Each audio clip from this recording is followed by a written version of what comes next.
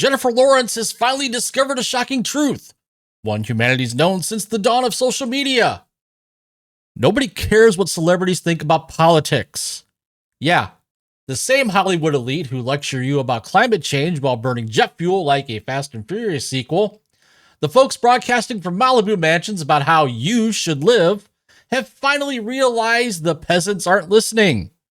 Welcome to Jennifer Lawrence Joins Reality, 10 years late.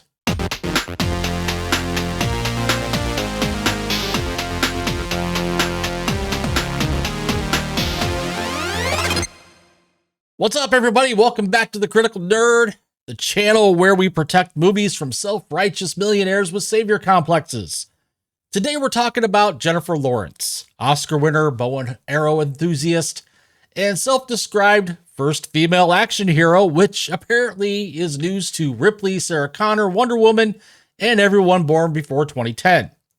And yeah, when you say you were the first female action hero, that reads as cringe, because it's obviously untrue. But now J-Law sees the writing on the box office wall. She's been doing interviews and admitting things like, I look back at old interviews and I get why people hated me. I kind of come off as really annoying. You know what? That's a fair assessment. Her biggest revelation, said out loud with her whole chest, and I quote, "Celebrities do not make a difference whatsoever on who people vote for." Ladies and gentlemen, we got him.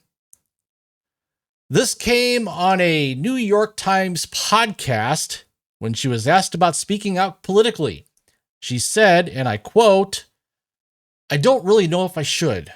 The first Trump administration was so wild. I felt like I was running around like a chicken with my head cut off. But as we've learned, election after election, celebrities do not make a difference whatsoever on who people vote for." Wait, what? Did Jennifer Lawrence just admit all those celebrity endorsements, tearful Instagram posts, and condescending lectures don't do anything? Yeah, she did. She also added, "So then what am I doing? I'm just sharing my opinion on something that's going to add fuel to a fire that's ripping the country apart. We are so divided." Hollywood discovering division like, well, it's like Captain America waking up in the future. I understood that reference eventually. Buckle up, Jennifer Lawrence just became the Neil deGrasse Tyson of obvious facts. Is this what growth looks like? Is J-Law becoming self-aware? Did someone slip a red pill in that almond milk latte? Well, we need to take a quick trip down memory lane.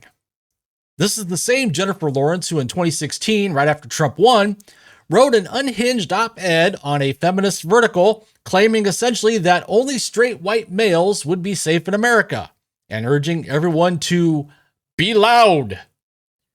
Fast forward a couple of cycles and surprise, celebrity endorsements still don't move voters. Yeah. Now 8 years later, she's arrived at the revelation that maybe, just maybe, celebrities should shut up about politics. But here's the kicker. She hasn't changed her political views. She's just realized shouting them from an ivory tower mostly makes people dislike her and skip the movie. As one commenter nailed it, is this change or just realizing your words don't have power? So you might as well stop talking. If they still had power, would you stop? Spoiler alert, the woke brand stopped printing money. So is this growth or just protecting the bag? Personally, it looks less like a heel turn and more like a budget cut. So why did this take so long, you might ask? I mean, Hollywood lives in a sealed habitat, that's why. Malibu mansions, climate summit private jets, $15 million paychecks, zero self-awareness. Every election cycle, they emerge like political cicadas. We demand you vote like we do. That's what they say. Then when middle America doesn't, they brand half the country stupid, racist, sexist, homophobic, transphobic, and every other ism and phobic in the dictionary. And then they're shocked, genuinely stunned when audiences don't want to pay $18 to get preached at by people who have nothing in common with their lives. As one observer put it, these people live in elite enclaves, then show up every 4 years to tell us how to vote. People are pushing back. Celebrity endorsements mean nothing. Now the celebrities, every 4 years, chant, "We care about democracy." And the audiences, their response is, "We care about movies not costing a month for rent." Hey, Nerd Nation, if you're tired of lectures from folks who think a Tesla cancels out a Gulfstream, punch that like button, subscribe, and ring that bell so you don't miss the next Hollywood meltdown. Now back to the video. Lawrence also said, and I quote, "I don't want to turn people off to films and to art that could change consciousness or change the world because they don't like my political opinions. I want to protect my craft so you can still get lost in what I'm doing." Let me translate that for you. Ignore my takes and buy a ticket. Honestly, that's more self-awareness than some of her peers.